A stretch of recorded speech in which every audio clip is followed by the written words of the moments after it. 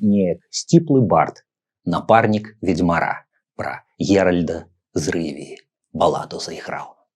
Прывітанне, сябры, з вами Андрей Хаданович, і сёння мы пагаворым пра ведьмара, ён жа Ведьмін у арыгінале, ён жа Вічер, ён жа вядомы нам як ведьмак, беларускае слово, якое трапіла на вокладкі расійскіх выданняў, чым у свой час ладна такі інтрыгавала.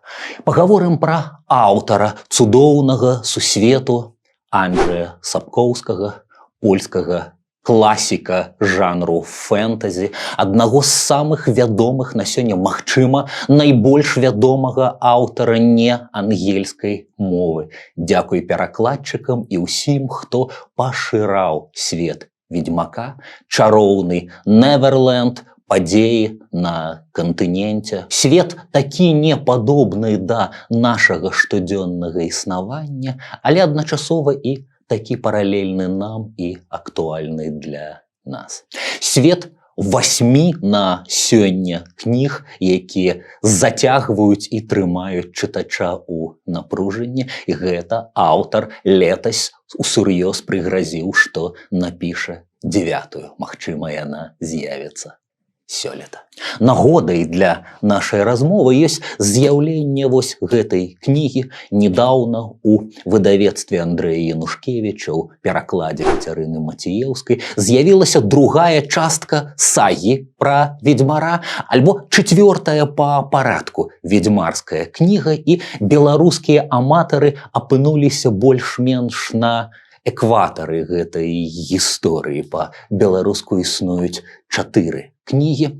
Роўна столькі ж, дарэчы, колькі на сёння экранізавана і ёсць у серыяле Netflix. 3 сезоны зроблены паводле 4 кніг. Тое, пра што сёння гаворым, цікава, атракцыйна, забаўна, прасякнута пачуццём гумару. Магчыма, я сам усміхнуся і падзялюся гэтым настроем з вами, але разам з тым за гэтай гуллівасцю ёсць сур'ёзны змест.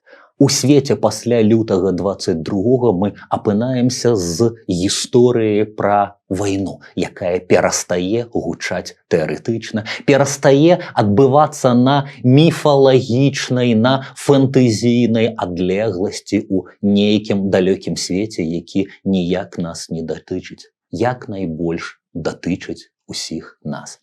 Сябры, дзяліцеся, калі ласка, гэтым відэо, стаўце лайкі, рэкамендуйце сваім сябрам і паплечнікам. Паехалі!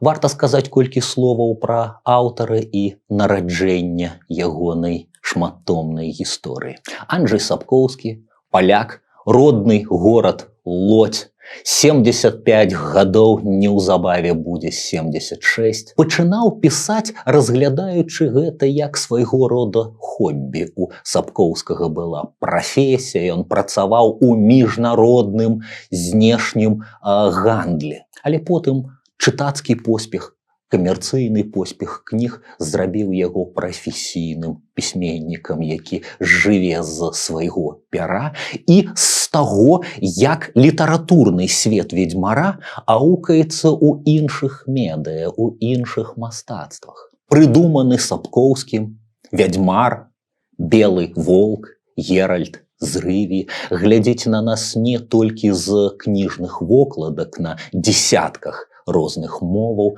але таксама з коміксаў, з кампутарных відэагульняў і настольных картачных гульняў. З часам ведьмар набыў знаёмы кожнаму паляку твар Міхала Жыброўскага з фільму і серыялу 2001-2002 году. А яшчэ пазней аблічча, якое распазнаецца ўжо ва ўсім свеце, аблічча Генрі Кевіла ў серыяле Netflix. 2019, першы сезон 21, другі сезон 23, трэці сезон чакаем працягу. Ці ўяўляў гэта пісьменнік у 1986 годзе. Ось яна, кропка з'яўлення гэтай гісторыі. Як часам бывае у прыватных гісторыях пісьменнікаў і пісьменніц, мы мусім быць удзячнай сям'і, а дакладней сыну Анджэя Сапкоўскага Кшыштафу, які ў пэўны момант падсунуў бацьку польскі часопіс «Фантастыка» і анансаваў літаратурны конкурс, які абвесціў часопіс. Бацька выказаў думку, што можа напісаць не горш, а сын дазволіў сабе ў гэтай думцы усумніцца. Анджэй і Кшыштаф заключылі пары, ці зможа Сапкоўскі паўдзельнічаць у конкурсе і здабыць узнагароду.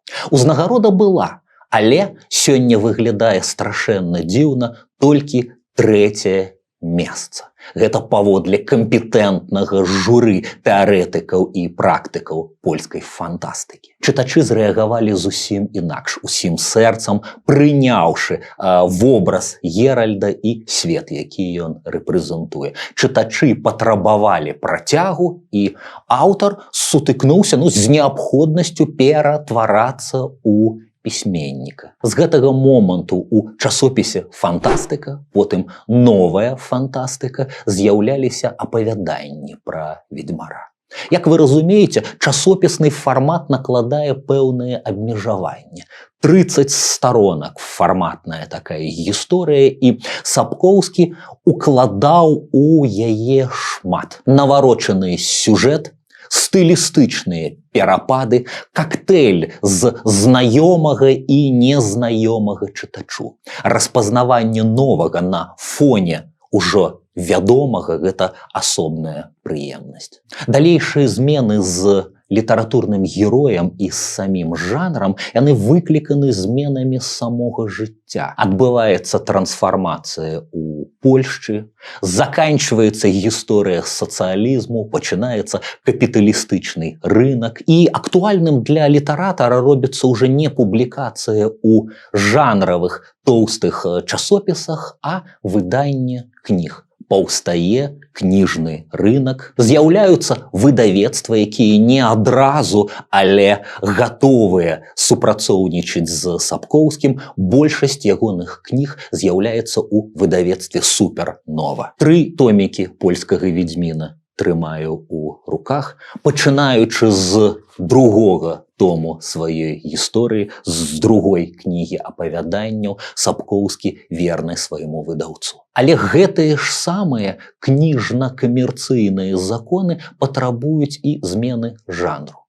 Безумоўна, найвышэйшы пілатаж, пісьменніцкая хірургія экстракласу – гэта апавяданне, але рынак патрабуе лонг-рыдаў, рынак патрабуе сагі. І зрабіўшы 2 тамы апавяданняў, апошняе жаданне і меч наканавання, Сапкоўскі прыдумвае і том за томам рэалізоўвае вядзьмарскую сагу. Ён абяцаў чытачам 5 тамоў і раз на год вельмі дысцыплінавана стрымліваў гэтае абяцанне і выдаваў кнігу за кнігай. Вядзьмарская гісторыя мае свае спін-оффы, адгалінаванні, асобныя апавяданні, не звязаныя з асноўным сюжэтам, але яны месцяцца ў самім свеце ведзьмара. Так, ёсць апавяданне «Дарога без вяртання», дзе пісьменнік апісвае папярэднія падзеі, апісвае сустрэчу маці і гіпатэтычнага бацькі Геральда з Рывіі. Так, на правах жарту, на правах фанфіку з самога сябе, як усміхаецца пісьменнік, на замову сваіх шматлікіх фанаў ён напісаў апавяданне «Штосьці заканчваецца, а штосьці пачынаецца», навеллу, што апавядае пра вяселле Геральда і Йеннефер. Гэтае заканчэнне альтэрнатыўнае і супярэчнае ўсёй гісторыі сагі. Таму, зразумела, лічыцца вельмі і вельмі некананічна. Урэшце, стварыўшы 2 тамы апавяданняў і 5-томную сагу праз вялікі перапынак, пісьменнік зноў вяртаецца да гісторыі. У 2013 годзе з'яўляецца том «Сезон навальніцаў», які ёсць пэўным прыквелам да агульнай гісторыі. Мы з вами сёння сканцэнтруемся на беларускай кніжнай навінцы, на кніге «Час погарды», так у арыгінале, альбо, як паказала зубы беларуская перакладчыца, недаслоўна перастварыўшы назву «Час ганьбы» па-беларуску. Але кажучы пра гэтую кнігу, я, вядома, буду вяртацца і да першапачаткаў, і таму на гэтым століку стаіць кніга «Апошняе жаданне», з якой фактычна ўсё пачынаецца. 6 апавяданняў, першых некалькі было напісана яшчэ для часопіса, яны былі сабраныя пад адной вокладкай. Пісьменніку падалося, што чагосьці не хапае, і ён прашыў іх яшчэ скразным сюжэтам. Гэткай інтэрлюдыяй, якая называецца «Голас розуму», паміж апавяданнямі Геральт размаўляе з іншымі персанажамі, адбываюцца пэўныя падзеі, збольшага ў храме багіні Мелітэля, якія робяць 6 апавяданняў фактычна часткаю рамана.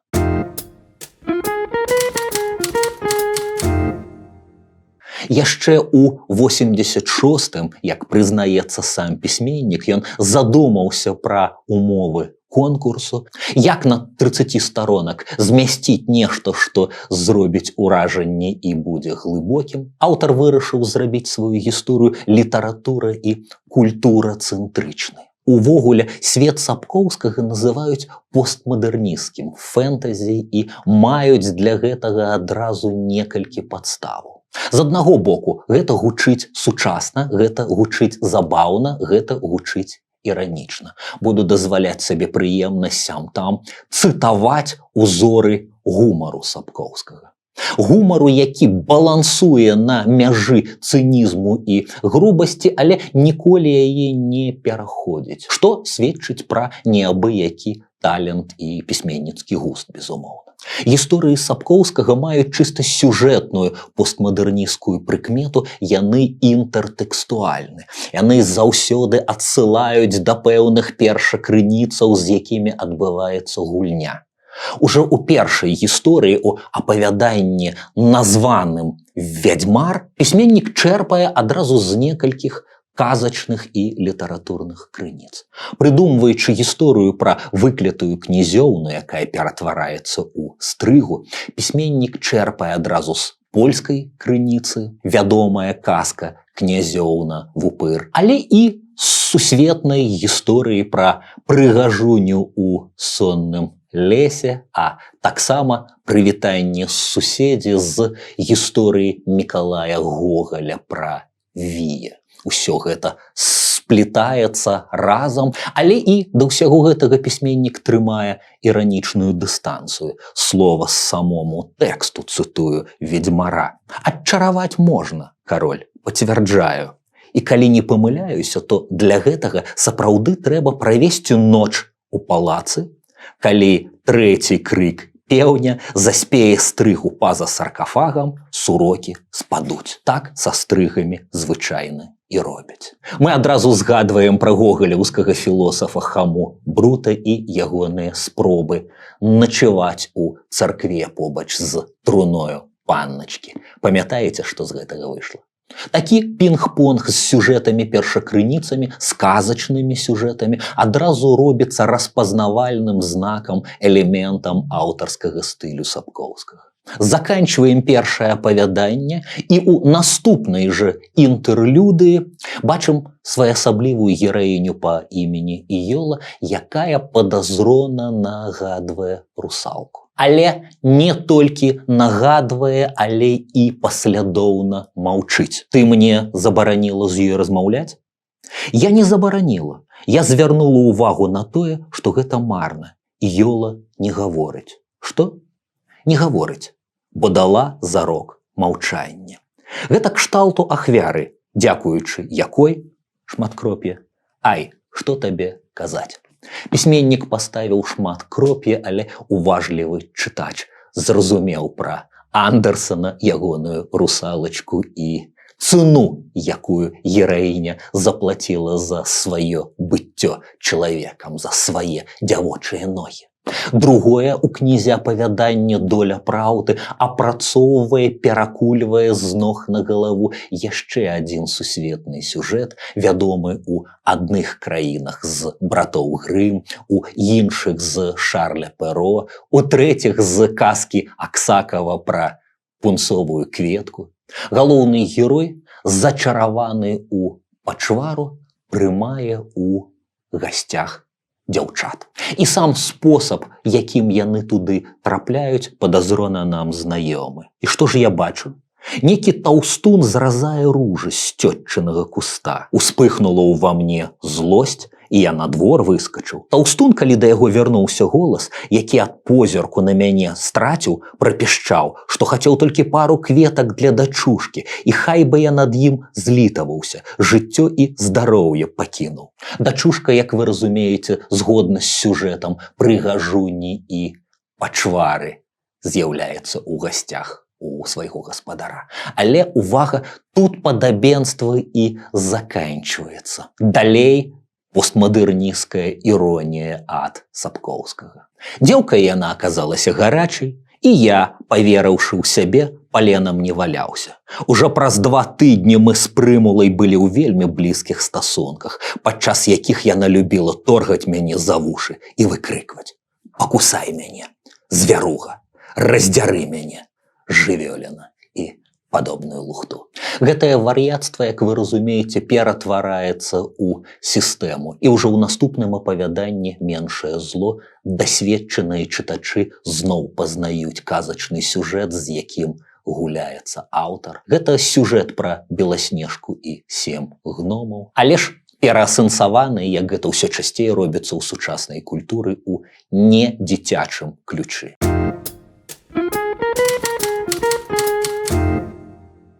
Але пакуль я казаў выключна пра знешнія прыкметы постмадэрнізму. Істотней сама светабудова, аўтарскі светапогляд, ці, скажем так, постмадэрнісцкая чуллівасць. У адрозненне ад мадэрнісцкай канцэпцыі свету і, адпаведна, кніг фэнтэзі мадэрнісцкага часу, славуты прафесор Толкін яскравы нам прыклад у гэтым, усё ясна на прадмет добра і зла.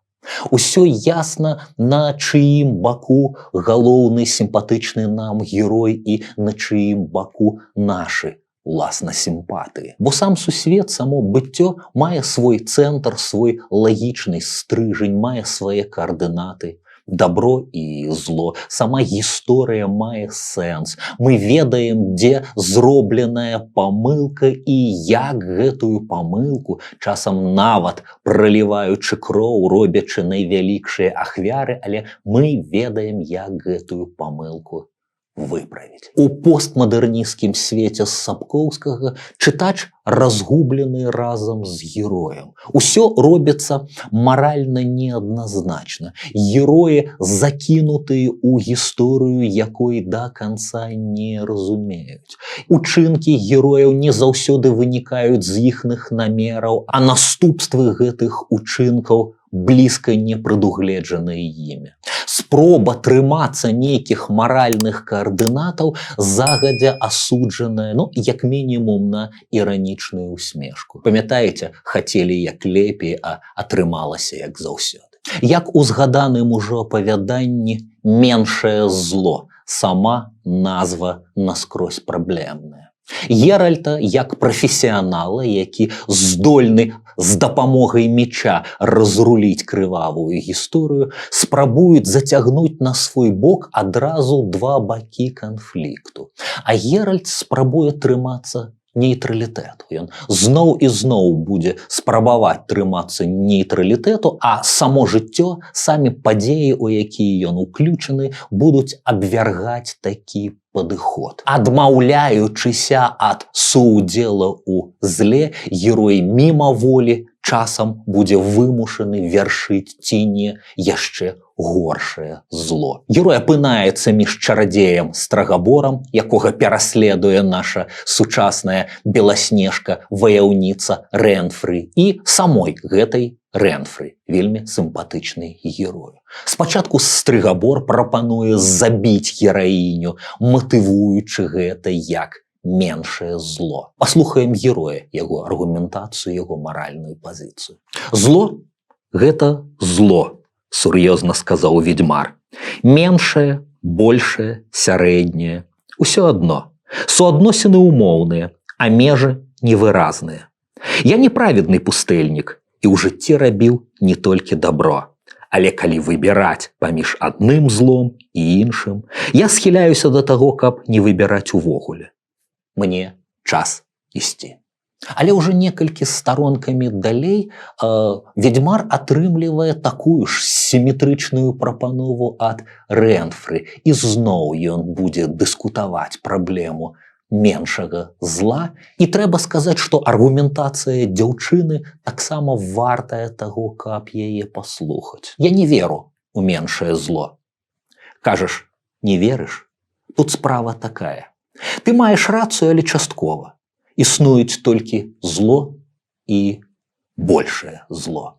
А за імі ў цені стаіць найвялікшае зло. Найвялікшае зло, Геральт, гэта тое, якое ты нават уявіць не можаш. Хоць і думаеш, што цябе ўжо нішто не ў стане здзівіць. І часам бывае так, Геральт, што найвышэйшае зло хапае цябе за горла і кажа: выбірай, братка, альбо я, альбо гэтае крыху меншае. Магу уявіць, што сярод вас, шаноўныя слухачы, гледачы, ёсць тыя, хто яшчэ не чытаў Сапкоўскага, таму не скажу, чым скончылася гэтая гісторыя, але паўтаруся, што і ў гераіні ёсць усе падставы для ейнай маральнай аргументацыі ў гэтым непростым свеце.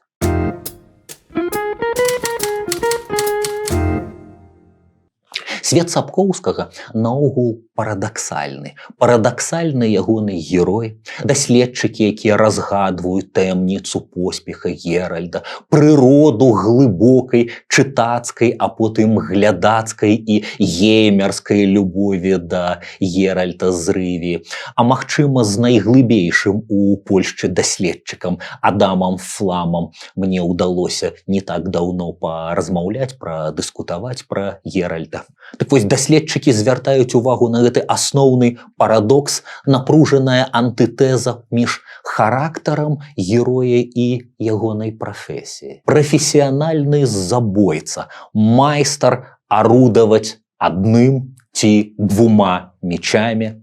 Часам у гульнях герой уяўляецца з двума мечамі за спінай, так напраўду ён іх носіць па чарзе. Сталёвы меч, які пасуе для адных монстраў і пачвараў, а прынагодна для людзей, якія паводзяцца сябе ўсё часцей, дарэчы, горш за пачвараў.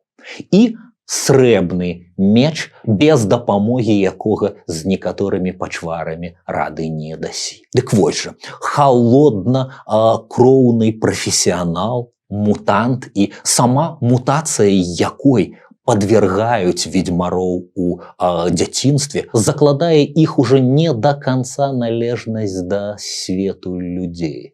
У іх абвастраюцца інстынкты, яны бачаць у цемры, у іх павышаецца хуткасць рэакцыі, вынослівасць, інтуіцыя. Так, сэрца Геральда б'ецца ў 4 разы павольней, чым чалавечае, і гэта не раз служыць яму добрую службу. Але ёсць цана, якую ты плаціш за гэтыя умельствы.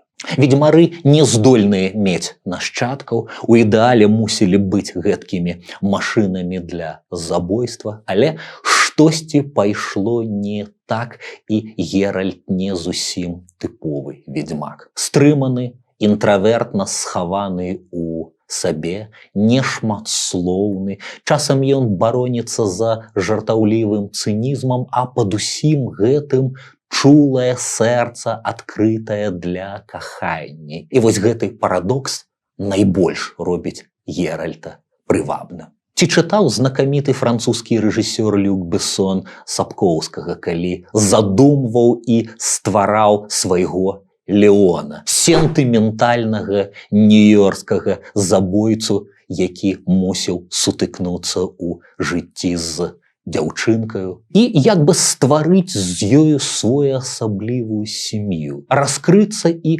выразіць чалавечыя пачуцці, за якія яму давядзецца заплаціць дарагою цэною. У гісторыі Сапкоўскага ўсё гэта таксама ёсць. Але як бы у свеце не да канца, у свеце, які прапаноўвае чалавеку толькі сурагатнае рашэнне яго самых глыбокіх і найважнейшых патрэбаў. Вось яны некалькі галоўных сюжэтаў у гісторыі Геральта.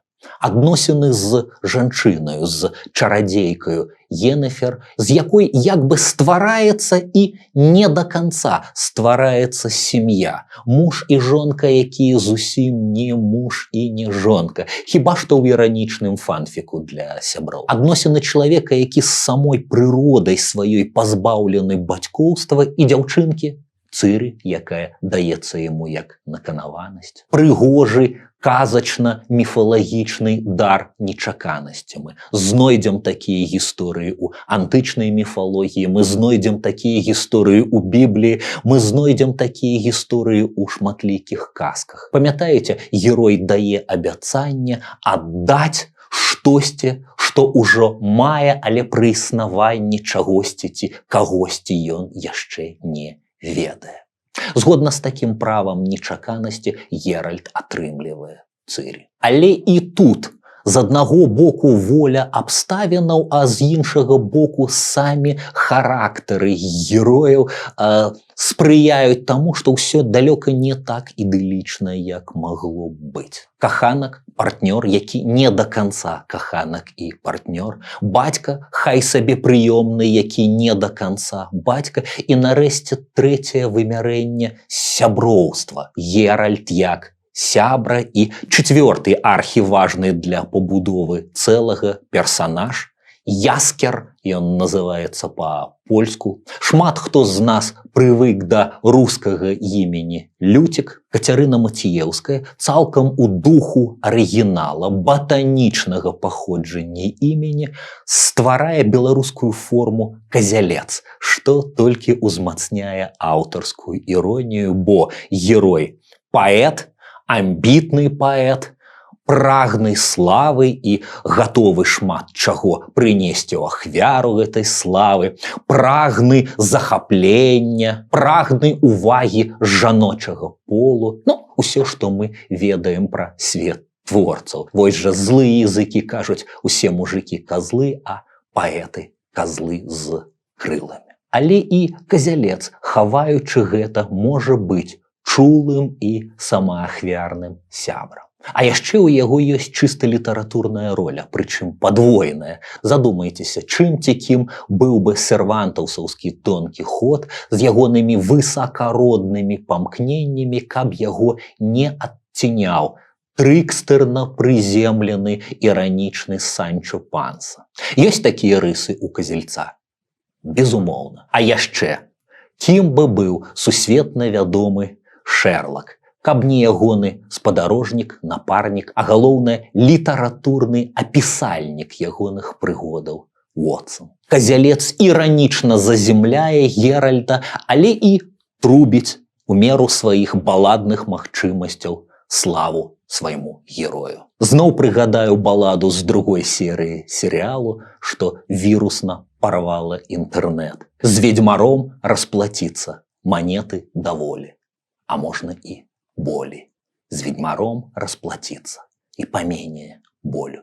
Балада, што ўжо некалькі разоў аукнулася па-беларуску ў розных версіях. Ад стылёвай версіі Леар у перакладзе Віталя Рыжкова. З ведьмаром расплаціцца манеты даволі, а можна і болей.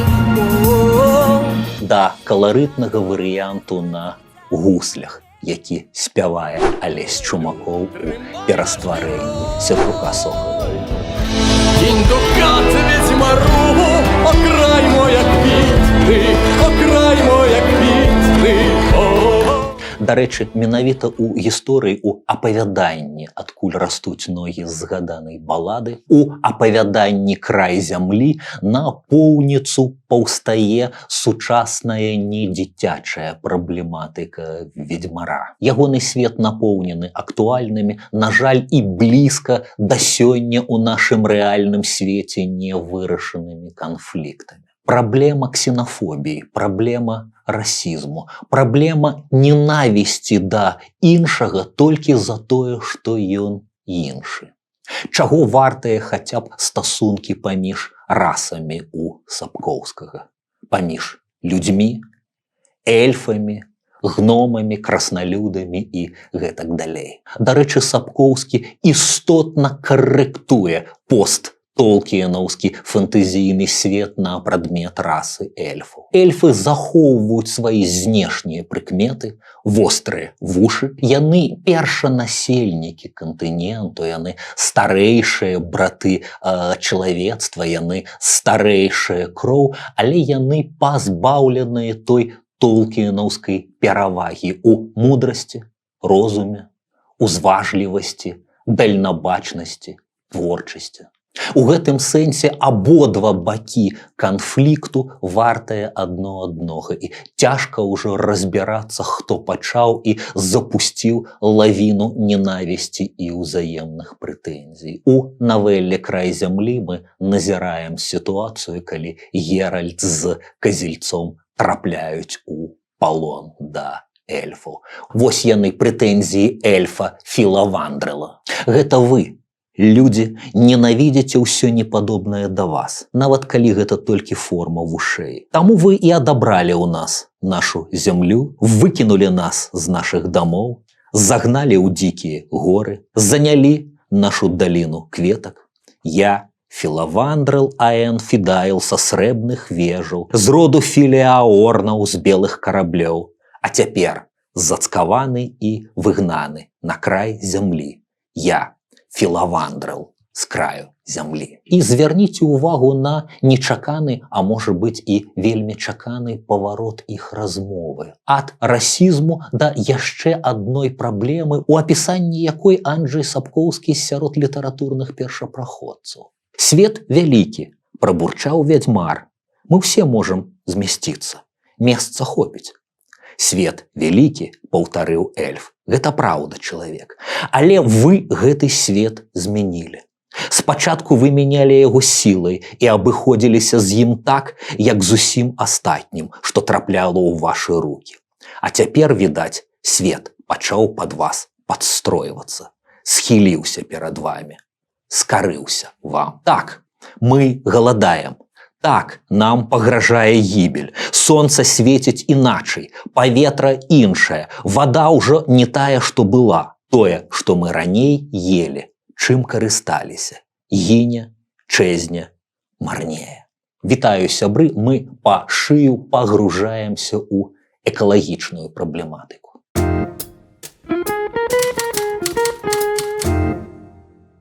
Усё гэтае бліскуча накрэсленае ў апавяданнях першай і другой кнігі толькі канцэнтруецца і паглыбляецца, калі Сапкоўскі піша сваю сагу. Вось жа наша навінка, час ганьбы, час, калі увесь сусвет Сапкоўскага уцягваецца ў войны, час імперскіх амбіцый, час, калі Нільфгард наступае з поўдню на поўнач, дзе хітрасцю, дзе інтрыгамі, дзе выкарыстоўваючы рэлігійны фанатызм скарае краіну за краінаю. Вось ён час, калі былыя сябры і паплечнікі здраджваюць адно аднаму. Вось ён час, калі замест канкрэтнай, маланкавай і фіктыўнай дапамогі палітыкі і краіны выражаюць пачуццё глыбокай заклапочанасці. Праўда, вельмі знаёма. Вось ён час, калі нейтралітэт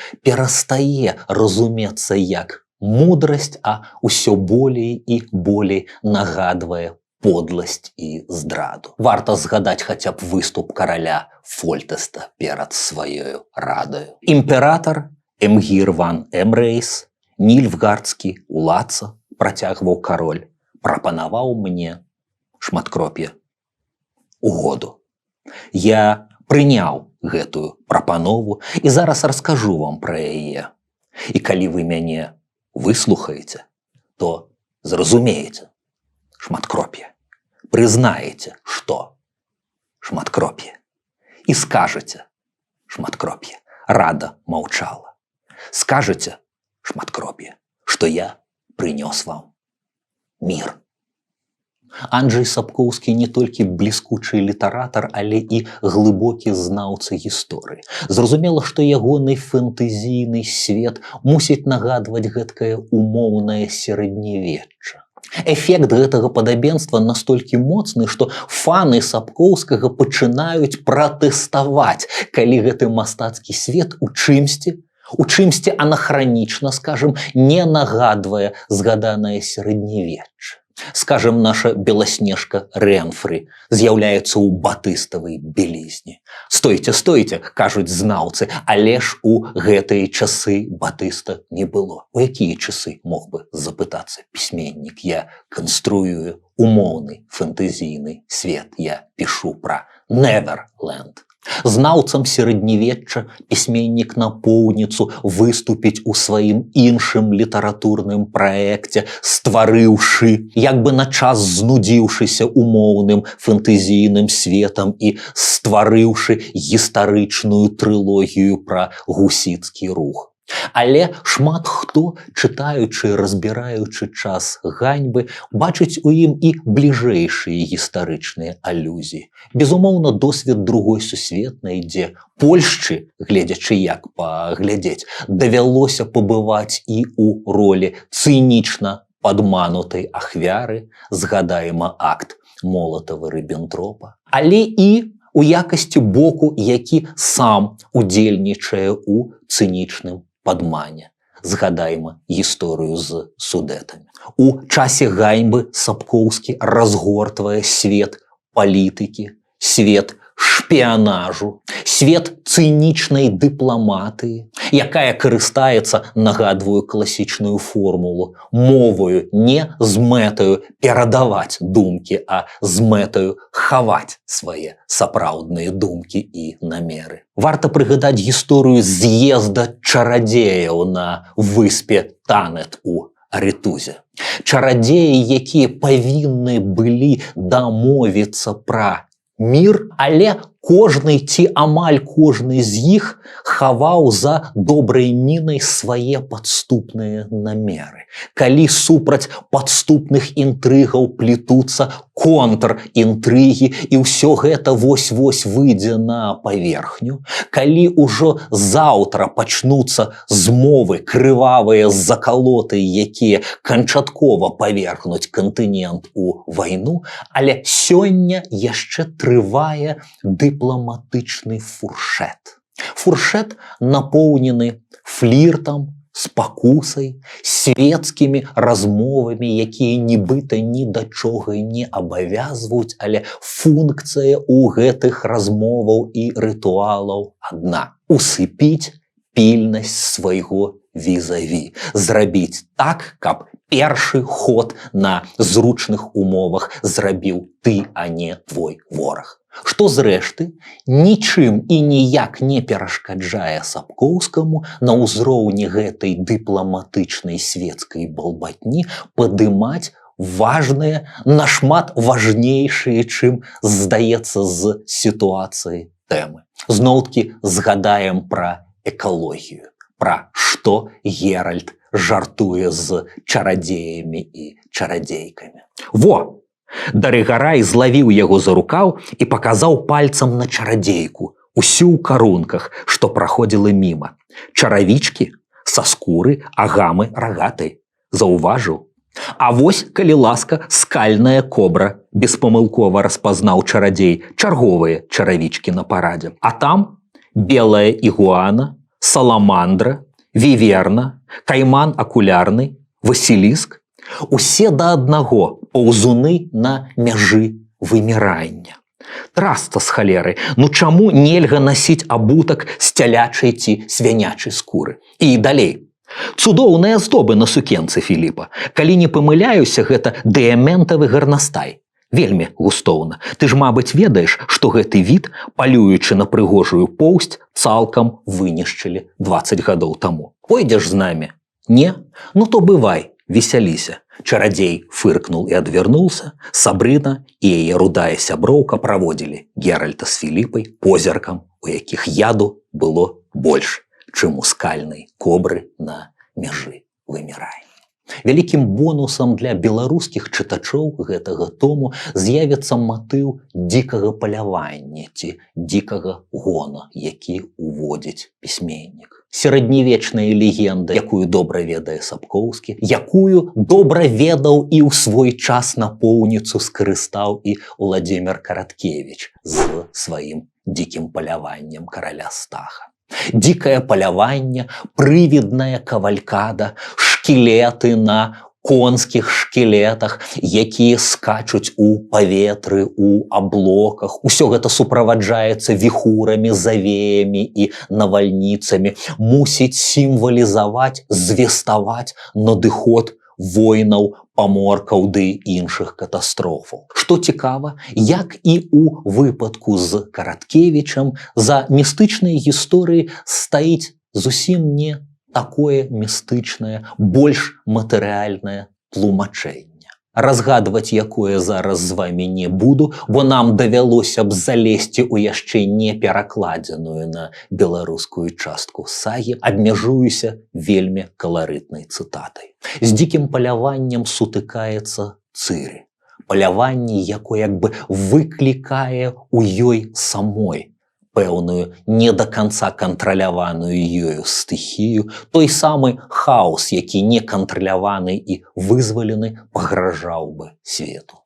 На стужцы, што паўзе ў небе, праступаюць цьмяныя жудасныя фігуры вершнікаў. Яны ўсё бліжэй, іх абрысы ўсё выразнейшыя, пакачваюцца на шаломах рогі буйвалу і абтрапаныя плюмажы. Бялеюць пад шаломамі мярцвячыя маскі. Вершнікі сядзяць на конскіх шкілетах, накрытых шматкамі вальтрапаў. Разлютаваная віхура вые ў вербах, клінкі маланак нестомна працінаюць чорнае неба. Вецер енчыць усё грамчэй. Не, гэта не вецер. Гэта страхотны спеў. Жудасная кавалькада паварочвае і мкне проста на яе. Капыты прывідных коней месяць ззянне з заблукалых агеньчыкаў, што вісяць над рыгвой. На чале кавалькады кароль дзікага палявання. І ржавы шышак калышыцца над мярцвячай маскай, што зеўрае дзіркамі вачніц, а ў іх палае сіняватае полымя. Развязваецца пашкуматаны плашч. А паедзены іржой нагруднік грукочуць каралі, пустыя, як сухі гарохавы струк. Калісьці ў іх былі каштоўныя камяні, толькі вываліліся падчас шалёнай небеснай пагоні і зрабіліся зоркамі. Гэта неправда, гэтага няма, гэта кашмар, трызненне, міраж. Мне ўсё гэта толькі здаецца. Кароль дзікага палявання прышпорвае конскі шкілет і выбухае страхотным вар'яцкім смехам. Дзіця старэйшай крыві, ты належыш нам, ты нашае, ідзі да нас, далучыся да нашага палявання, і мы паскачам і будзем скакаць да канца, у вечнасць, на край існавання. Ты нашае, зіхотка вокая, дачка хаосу, прыйдзі. Спазнай экстаз палявання. Ты нашая, ты адна з нас. Твоё месца між намі. Не, закрычала яна, прэч адсюль, вы проста трупы. Кароль дзікага палявання смяецца і ляскаюць гнілыя зубы над іржавым каўняром даспеха, а вачніцы мярцвячай маскі палаюць сінім агнём. Так, мы трупы, але смерть. Ты.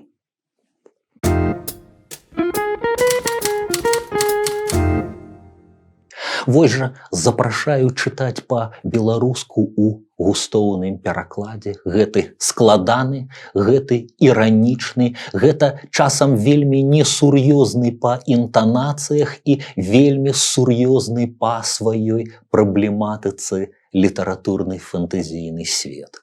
свет сур'ёзных выпрабаванняў, свет сур'ёзных спакусаў і свет герояў, якім, нягледзячы на ўсю заблытанасць і разгубленасць, нягледзячы на ўсю складанасць і неадназначнасць гэтага свету, удаецца быць людзьмі і не зрабіць зла такая цыры, што, далучаючыся да майстэрства забойства, так рэдка ім карыстаецца, што знаходзіць у сабе мужнасць і чалавечнасць не забіваць. Такі і галоўны герой Геральт, колькі б разоў яго не абзывалі мясніком. Паказальна, што стартавая першапачатковая гісторыя, Вядзьмар, з якой мы пачыналі, прысвечаная гісторыі не забойства, але адчаравання. Геральту лёгка было б знішчыць стрыгу, але ён памятае пра шанец выцягвання з гэтай жудаснай абалонкі зачараванай князёўнай, якая яшчэ здольная быць чалавекам, калі ён пойдзе да канца у мужнай рызыцы ейнага адчаравання. Вось жа, часам змагаючыся з людзьмі, мы толькі множым зло, бо зла, смерці і гвалту робіцца болей і болей і болей. Чакайма абяцанай новай гісторыі пра Ведзьмара ў арыгінале, новых серыяў экранізацыі і, безумоўна, новых тамоў сагі пра Геральта па-беларуску. У святле нашай бездомнасці, нашай раз'яднанасці, нашых пошукаў радзімы і саміх сябе, зразумела, гісторыя раз'яднанай сям'і, не збудаванага дому, імкненне да любові у свеце Сапкоўскага, насуперак усеагульнай нянавісці, пагардзе і ганьбе, імкненне да бацькоўства і сям'і на суперак наканаванню, якое пярэчыць гэтаму. Усё гэта робяць герояў блізкімі, зразумелымі нам і актуальнымі. Праз усі непадабенства Неверленда да нашага свету гэта ўсё таксама пра нас. Чытаема добрую сусветную літаратуру, не стамляюся паўтараць, як толькі яна з'яўляецца па-беларуску, яна робіцца часткай нашай культуры. Карыстаемся з гэтых набыткаў. Дзякуй пісьменнікам і перакладчыкам. Да новых сустрэчаў у эфіры на нашым канале. Дзяліцеся гэтым відэо з сябрамі і паплечнікамі, і жыве Беларусь!